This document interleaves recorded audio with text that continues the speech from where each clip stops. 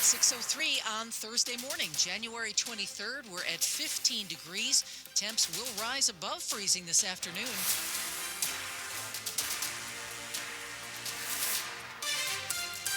We're looking for highs in the upper 30s. Good morning. I'm Michelle Basch. And I'm John Aaron. The top local story we're following. President Trump has pardoned two D.C. police officers for convictions connected to a deadly street chase in 2020. WTOP's Mike Murillo says the pardons now bring some uncertainty into a civil suit against the officers and the city.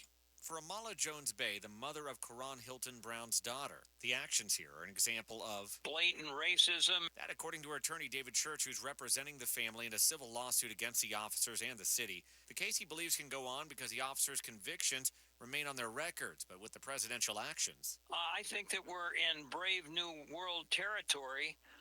And the other issue is what is admissible as evidence? For instance, could the judge only allow the pardons to be admitted as evidence in the case? I don't know the answer to that question, but we've raised a lot of interesting legal issues that have never been addressed before. But he says they plan to continue to seek significant monetary damages in the case. Mike Murillo, WTOP News. President Trump wasted no time shuttering all federal programs focused on DEI and putting those employees on paid leave.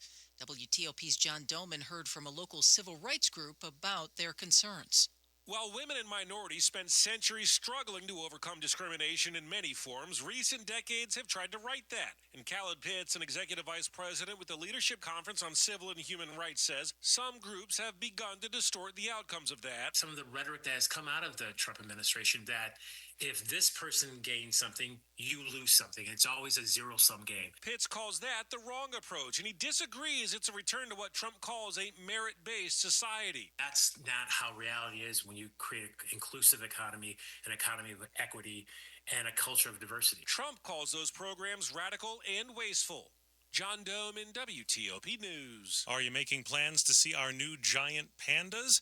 WTOP's Kyle Cooper has what you need to know and some other tips. The pandas Qingbao and Baoli make their National Zoo debut on Friday, and you do need a pass to get in the zoo, but they are free. You can reserve a pass on the zoo's website. Also, it's the only ticket you need, unlike in the past when you needed a separate ticket to get into the panda house. Parking is $30. Metro Bus stops at the zoo, and Woodley Park and Cleveland Park are the best rail stops. Once inside, from the front entrance, follow the Asia Trail to the pandas, who are most active in the morning and late afternoon. How can you tell the pandas apart? Qingbao, the female panda, is a little smaller than the male Baoli. Kyle Cooper, WTOP News. Plans for a big casino-anchored entertainment district in Tysons are moving forward. A state Senate bill on the issue easily cleared its first key committee yesterday, and it seems set to advance further than previous attempts. Coming soon is a vote in the full Finance Committee, which will decide whether the pitch for a Northern Virginia casino dies for a third year in a row or lives on to fight another day. The Washington Business Journal reports final action on the bill must happen in the Senate by February 4th, in both chambers by February 20th, and in the governor's office by March 24th.